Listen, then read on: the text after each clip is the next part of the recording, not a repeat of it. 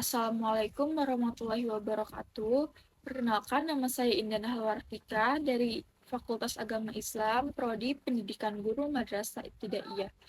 Video ini saya buat untuk memenuhi tugas Bapak Dr. Muhrid Sidki MAG selaku dosen pengampu mata kuliah Ulumul Hadis. Pada video kali ini, saya akan mempelajari salah satu bagian penting dalam ulumul hadis, yaitu syarat-syarat hadis sahih dan contohnya, agar kita lebih mudah memahami bagaimana ulama memastikan sebuah hadis itu benar-benar berasal dari Nabi Muhammad SAW. Nah, sebelum masuk ke syarat-syaratnya, mari kita pahami dulu apa yang dimaksud dengan hadis sahih. Nah, secara sederhana, hadis sahih adalah hadis yang paling kuat, paling percaya, dan bisa dijadikan dalil karena telah melewati proses seleksi yang sangat ketat oleh para ulama hadis. Nah, jika diibaratkan, hadis sahih itu seperti informasi penting yang kita terima dari orang yang benar-benar bisa dipercaya, jelas sumbernya, dan terbukti tidak berbohong. Mengapa harus ada syarat? Karena gak semua perkataan yang mengatasnamakan Nabi adalah benar. Bahkan sejak zaman sahabat, ada orang yang mulai membuat hadis palsu. Maka ulama membuat 5 syarat ketat agar hadis yang benar-benar asli yang bisa dikatakan sahih. Nah, 5 syarat ini ada itisal sanad, itu sanadnya bersambung. Yang kedua ada al-adalah, perawi adil. Yang ketiga ad-dabti, perawi dobit atau kuat hafalan. Yang keempat tidak syadz, dan yang kelima tidak ada iklat. Sekarang mari kita bahas satu persatu dengan bahasa yang mudah. Syarat pertama ada itisal sanad atau sanadnya tersambung. Maksudnya apa? Jadi rantai perawi hadis dari Nabi ini sampai perawi terakhir harus tersambung tanpa putus. Setiap perawi harus terbukti pernah bertemu dengan guru yang ia sebutkan. Contohnya kayak bayangin, kamu mau tahu nih siapa yang ngilangin penghapus di kelas. Lalu informasi itu pindah dari misalkan si A bilang dia dengar dari si B. Nah, si B bilang dengar dari si C. Si C dengar dari si D. Kalau ternyata si B ini nggak pernah kenal si C, berarti rantainya terputus. Informasinya jadi nggak bisa dipercaya. Dalam hadis juga begitu. Jika satu mata rantai tidak jelas, hadis ini tidak bisa disebut sahih. Nah, yang kedua ada perawi adil atau al-adalah.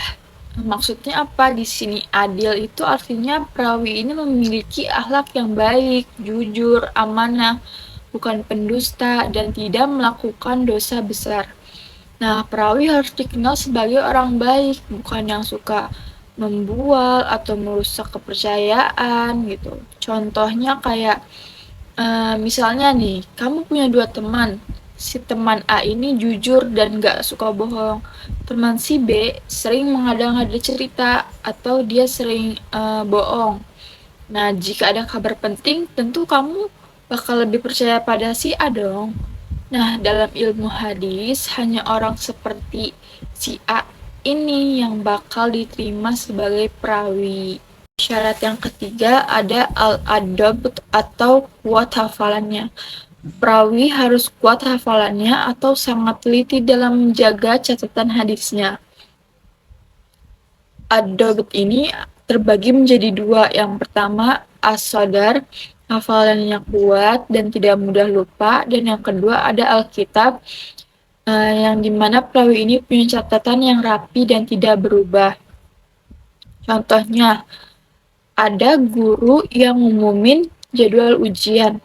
Ada 2 siswa, yang pertama siswa A, siswa B. Siswa A ini mencatat di buku dengan rapi, dan siswa B hanya mengandalkan hafalan tapi sering lupa. Jika ada murid lain yang bertanya jadwal ujian, tentu yang terpercaya adalah siswa A atau siswa yang dobit, karena siswa A ini mencatat. Nah, perawi hadis juga seperti itu, harus teliti dan kuat hafalan agar hadis tidak salah ketika disampaikan.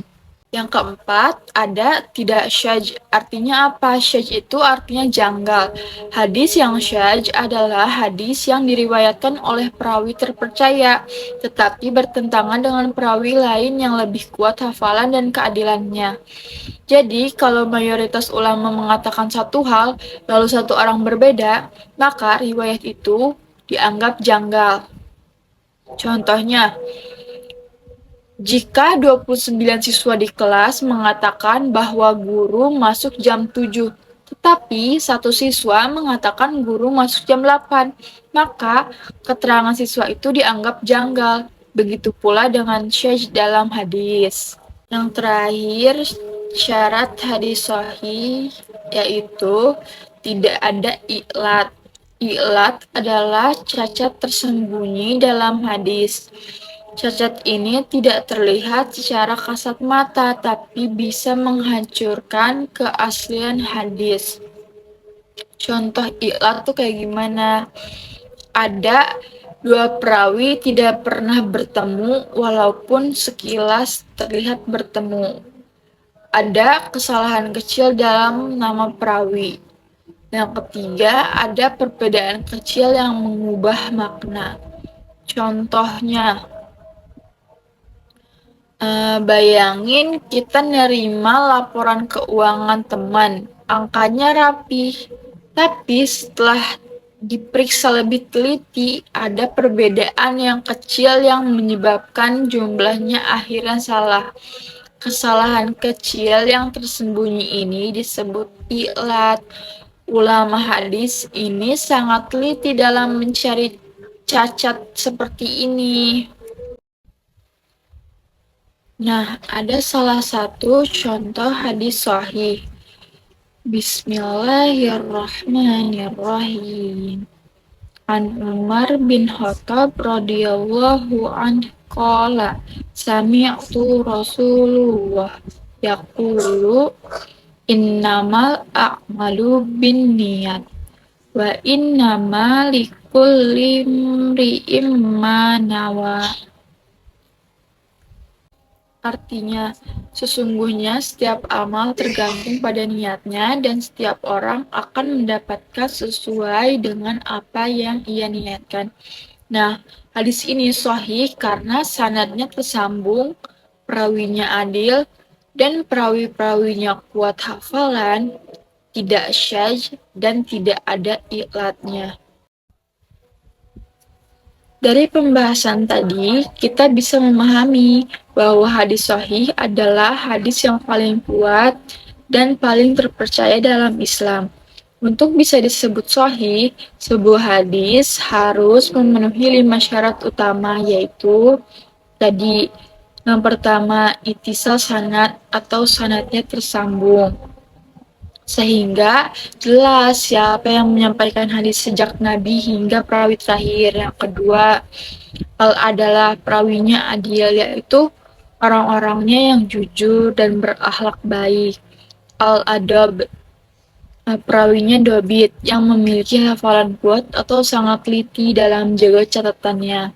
Yang keempat, tidak syadz atau tidak janggal bertentangan dengan riwayat ulama yang lebih kuat. Yang terakhir ada tidak mengandung i'lat, yaitu cacat tersembunyi yang bisa merusak keaslian hadis. Dengan memahami 5 syarat ini, kita bisa lebih berhati-hati dan cerdas dalam menerima hadis, terutama di zaman sekarang ketika informasi mudah tersebar tanpa sumber yang jelas.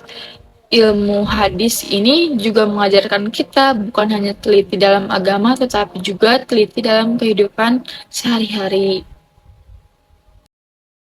Sekian dari saya, kurang lebihnya mohon maaf. Semoga materi ini bermanfaat, menambah wawasan, dan membantu kita lebih memahami bagaimana para ulama menjaga kemurnian ajaran Rasulullah.